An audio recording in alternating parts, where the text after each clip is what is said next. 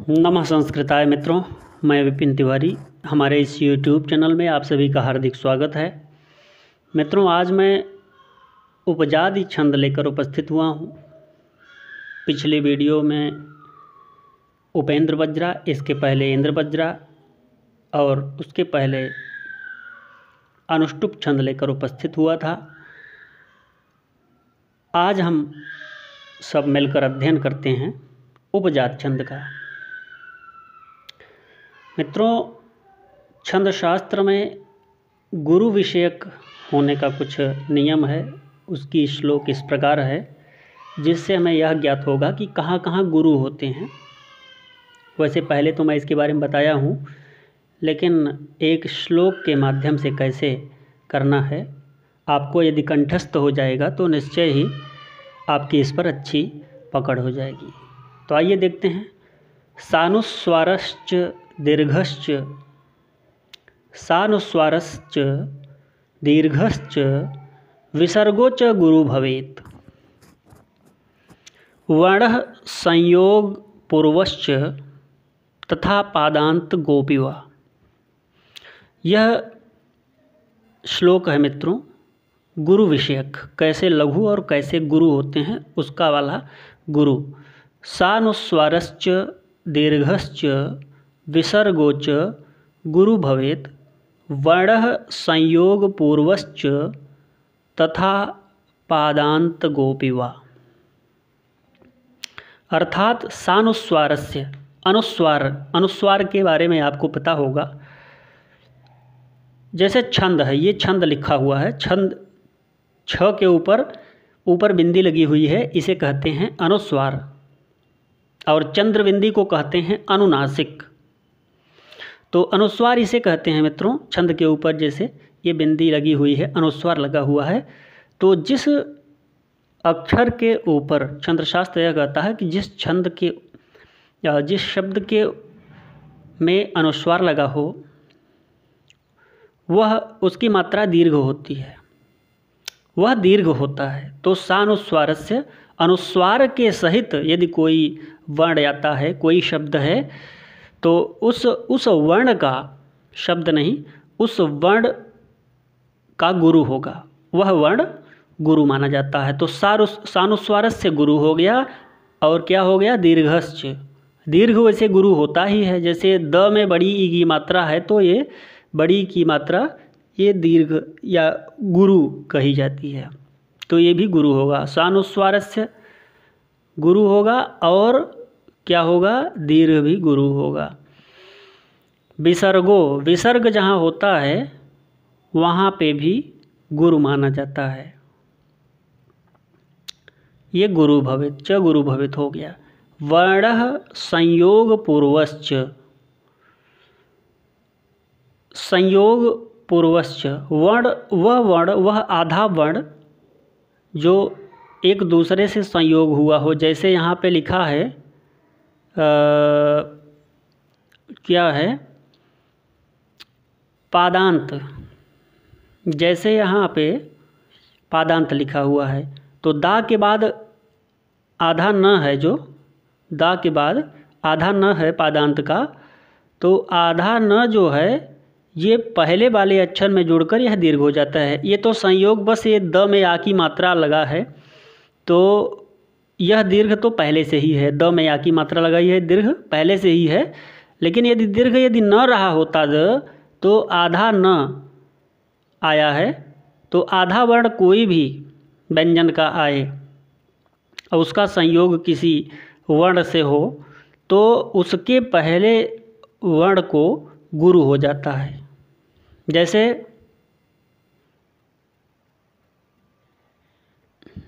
जैसे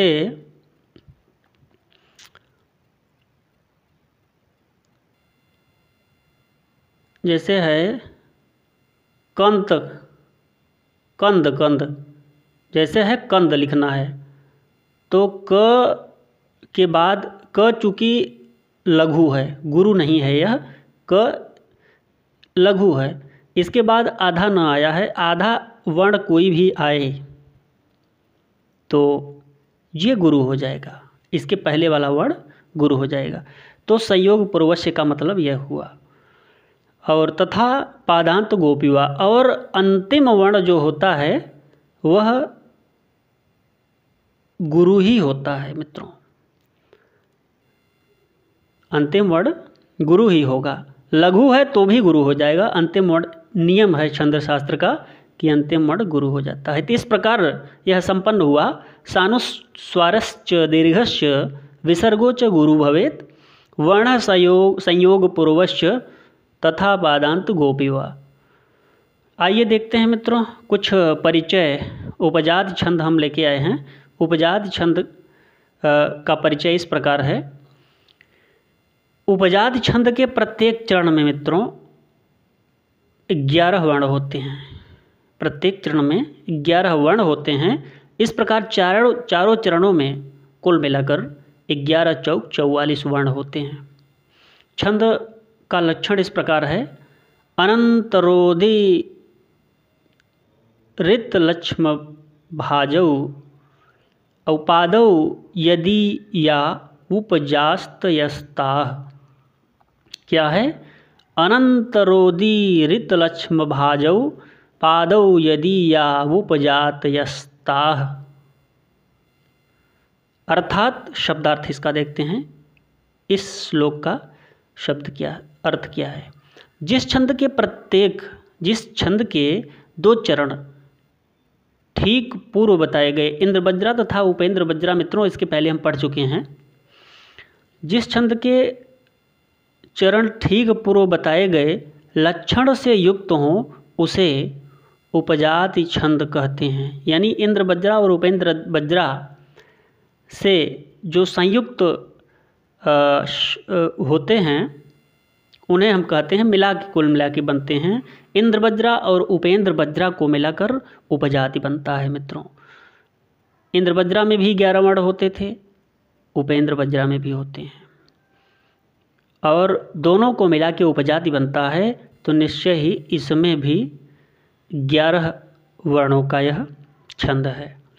तो कहा गया है जिस छंद के 2 चरण ठीक पूर्व बताए गए, यानी बताए कौन गए? इंद्र बज्रा और उपेंद्र बज्रा के लक्षण से युक्त हों उसे उपजाति छंद कहते हैं। अर्थात इंद्र बज्रा तथा उपेंद्र बज्रा के मिश्रण को उपजाति छंद कहते हैं। लक्षणार्थ इस प्रकार है मित्रों। जब उपेंद्र बज्रा का कोई चरण इंद्र बज्रा के किसी चरण से संयुक्त होता है तब विद्वान का उसे उपजात छंद कहते हैं। तब विद्वान लोग उसे क्या कहते हैं? कहे हैं उपजाति छंद कहते हैं। इंद्र बज्रा और उपेंद्र बज्रा के मिश्रण से 14 प्रकार का उपजात छंद हो सकता है, जो निम्न प्रकार है मित्रों। जैसे उपजाति उपेंद्र बज्रा इंद्र बज्रा मिला के उपेंद्र बज्रा और इंद्र बज्रा मिला के और इंद्र बज्रा और इंद्र बज्रा ये मिला के उपजाति बन गया। इंद्र बज्रा उपेंद्र बज्रा इंद्र बज्रा इंद्र बज्रा मिला के उपजाति बना। यानी चारों चरणों को मिल के ये बन रहा है। माने 2 उपेंद्र बज्रा हो गया, उसके बाद इंद्र बज्रा 2 लाइन हो गई। यदि 2 श्लोक हो गया तो दोनों को मिला के उपजाति बनेगा। आपको पता है कि इंद्र बज्रा और उपेंद्र बज्रा का लक्षण पता ही है, मैं अभी समझा भी देता हूँ। इंद्र बज्रा उपेंद्र बज्रा इंद्र बज्रा मिला के उपजाति, उपेंद्र बज्रा इंद्र बज्रा उपेंद्र बज्रा इंद्र बज्रा मिला के उपजाति, इंद्र बज्रा उपेंद्र बज्रा उपेंद्र बज्रा इंद्र बज्रा मिला के उपजाति, उपेंद्र बज्रा उपेंद्र बज्रा उपेंद्र बज्रा इंद्र बज्रा मिला के उपजाति। आगे देखते हैं। इसी प्रकार इंद्र बज्रा उपेंद्र बज्रा मिला के उपजाति, उपेंद्र बज्रा इंद्र बज्रा उपेंद्र बज्रा मिला के उपजाति। फिर ये 10वें में है इंद्र बज्रा उपेंद्र बज्रा इंद्र बज्रा उपेंद्र बज्रा मिला के उपजाति, और उपेंद्र बज्रा इंद्र बज्रा उपेंद्र बज्रा मिला के उपजाति, इंद्र बज्रा उपेंद्र बज्रा मिला के उपजाति, उपेंद्र बज्रा इंद्र बज्रा उपेंद्र बज्रा मिला के उपजाति, इंद्र बज्रा उपेंद्र बज्रा, उपेंद्र बज्रा, उपेंद्र बज्रा मिला के उपजाति। इस प्रकार यह 14 प्रकार का बनता है मित्रों। ये 14 प्रकार के हुए। इसका उदाहरण एक मैं देख के आपको समझाता हूँ। आइए देखते हैं।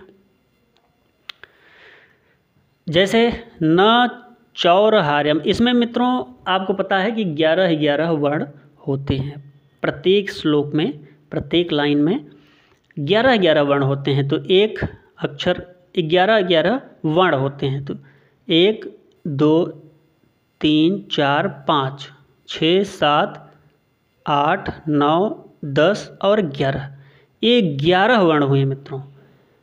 अच्छा, न चौरहार्यम, न च राजहार्यम, न भ्रातृभाज्यम, न च भारकारी, व्ययकृते वर्धत एव नित्यम, विद्याधनम सर्वधनम प्रधानम। इसमें हमने देख लिया मित्रों कि 11 वर्ण हुए। इसमें 11 देखा हमने, इंद्र वज्रा हुआ। और इसमें भी न भ्रातृभाज्यम, न च भारकारी। अच्छा, ये तो इंद्र वज्रा हुआ मित्रों। अब ये उपेंद्र वज्रा हो रहा है। इंद्र वज्रा का नियम क्या है कि पहला वर्ण प्रथमे लघौ सा। स्वादेंद्र वज्रा, इसका नियम है कि सूत्र है कि स्वादेंद्र वज्रा प्रथमे लघौ सा।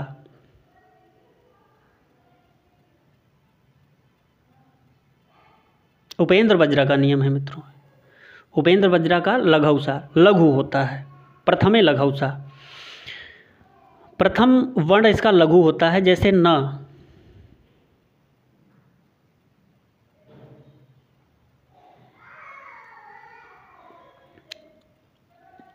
अब इसमें क्या है,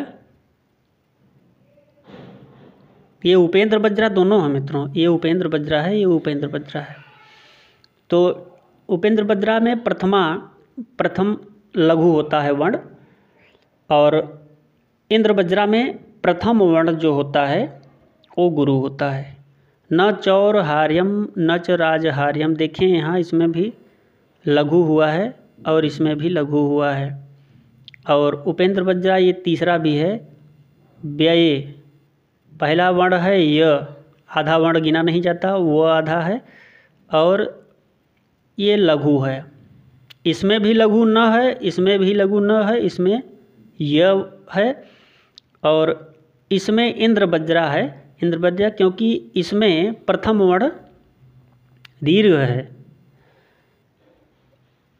व में छोटी की मात्रा है। वैसे तो ये लघु है, लेकिन विद्या का द जो है वो आधा वर्ण इसमें जुड़ा हुआ है। इसके कारण इसके पूर्व वाला वह वर्ण जो है ये दीर्घ हो जाएगा, इसलिए यह इंद्र वज्रा है। तो उपेंद्र वज्रा, उपेंद्र वज्रा, उपेंद्र वज्रा और इंद्र वज्रा मिला के उपजाति हो गया है ना। न चौरहार्यम, न च राजहार्यम, उपेंद्र वज्रा, न भ्रातृभाज्यम, न च भारकारी, उपेंद्र वज्रा, व्यये कृते वर्धत एव नित्यम, उपेंद्र वज्रा, विद्याधनम सर्वधनम प्रधानम, इंद्र वज्रा है। तो इस प्रकार ये चारों श्लोकों को मिला के बना क्या, उपजाति हो गया मित्रों। उपेंद्र वज्रा और इंद्र वज्रा का मिश्रण होता है उपजाति में। स्पष्टीकरण कुछ इस प्रकार है मित्रों। उपर्युक्त उदाहरण में 3 चरण उपेंद्र वज्रा के तथा 4th चरण इंद्र वज्रा का है। इस प्रकार उपेंद्र वज्रा और इंद्र वज्रा के इस मिश्रण को उपजाति छंद कहेंगे। क्या कहेंगे? उपेंद्र वज्रा और इंद्र वज्रा के इस मिश्रण को उपजाति छंद कहेंगे। यहाँ प्रत्येक पाद में 11 वर्ण हैं तथा पादांत में यति है। पादांत में यति है ना। ध्यान दें कि व्यंजन वर्ण या हलंत वर्ण अर्थात आधे अक्षर छंद शास्त्र में नहीं गिने जाते। अन्य उदाहरण मित्रों इस प्रकार है कुछ। दानेन भूतानि वशीकरन्ति, वशीभवन्ति वने रणे शत्रुजलाग्निमध्ये कर्पूरगौरम करुणावतारम। ये इंद्रवज्रा, उपेंद्र वज्रा और इंद्र वज्रा है। इंद्र वज्रा, उपेंद्र वज्रा और इंद्र वज्रा है। कैसे है मित्रों? इस प्रकार है। अब देखिए, इंद्र वज्रा में मैंने बताया था कि पहला वर्ण, पहले तो 11 वर्ण होंगे। 11 वर्ण में उपेंद्र वज्रा और इंद्र वज्रा, इसका सबसे पहला आप देख लें कि पहला वर्ण इंद्र वज्रा का गुरु होता है और उपेंद्र वज्रा का पहला वर्ण लघु होता है। ये देखिए वो, और ये द में बड़ी की मात्रा है, ये गुरु है, ये लघु है। अच्छा, लघु है और ये गुरु है, और दोनों को मिला के बनता है उपजाति। तो दोनों यदि वर्ण हो तो उपजाति बन जाएगी। कर्पूर गौरम करुणावतारम, इसमें इंद्र वज्रा है।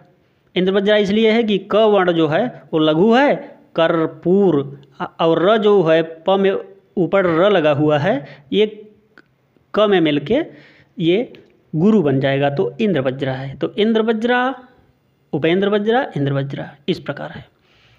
तो इस प्रकार मित्रों ये उपजाति छंद आज हमने पढ़ा, इसका अध्ययन किया। इसमें 11 वर्ण होते हैं जो कि इंद्र वज्रा और उपेंद्र वज्रा को मिलकर बनता है। आपको हम समझते हैं कि समझ में आ गया होगा। यदि समझ में आ गया हो और आप संतुष्ट हैं तो इसको लाइक, शेयर तथा सब्सक्राइब करना न भूलें। अगला वीडियो हम लेकर वंशस्थ छंद का फिर से उपस्थित होंगे अगले हफ्ते। तब तक के लिए नमः संस्कृताय।